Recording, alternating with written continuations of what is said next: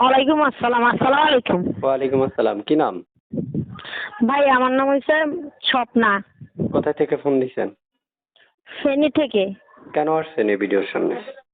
ভাই এই ভিডিওর সামনে আইছি একটা ভালো জীবন সঙ্গীর জন্য। ভালো জীবন সঙ্গী চাইলে কি বিয়ে করবেন? হ্যাঁ, বিয়ে করব। আমি টাকা পয়সার জন্য আসিনি ভাই, আমি একটা সুন্দর জীবন সঙ্গীর জন্য আইছি। আগে বিয়ে শাদী হয়েছে? জি না। হয় নাই? যে না। এই নাম্বার কার?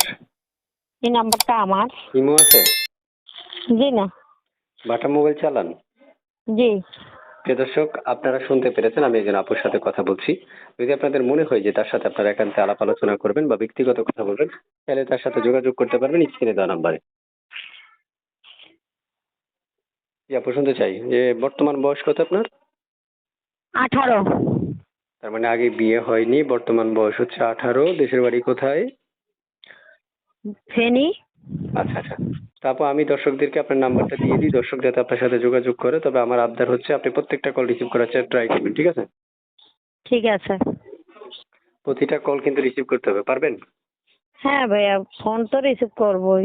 এবার একটু ফোন বলেন তো রিসিভ। কেমন কেমন মানে কেন আসছেন বা কেমন বয়সী দরকার, এই বিষয়গুলো একটু বিশ্লেষণ করুন।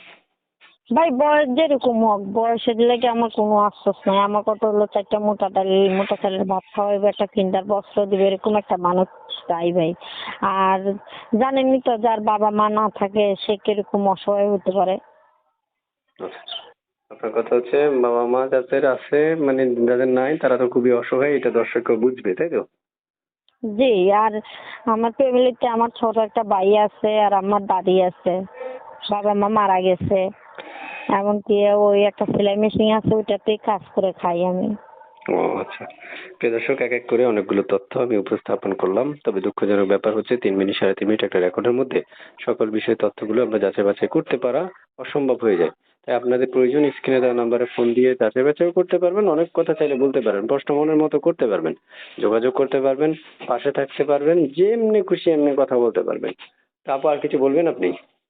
ভাই একটা কথাই বলবো যে টাকা পয়সার জন্য আমি প্রতিবেদনে যাই না। একজন সুন্দর একটা মনের মতো মানুষ এসে আমার জীবনে দাঁড়া, পাশে থাকে সব সময়, এরকম একটা মানুষ চাই। ঠিক আছে আপু, তো ভালো থাকেন। দর্শক যোগাযোগ করলে প্রত্যেকটা কল রিসিভ করার আহ্বান জানাচ্ছি, ঠিক আছে? আচ্ছা। আল্লাহ হাফেজ।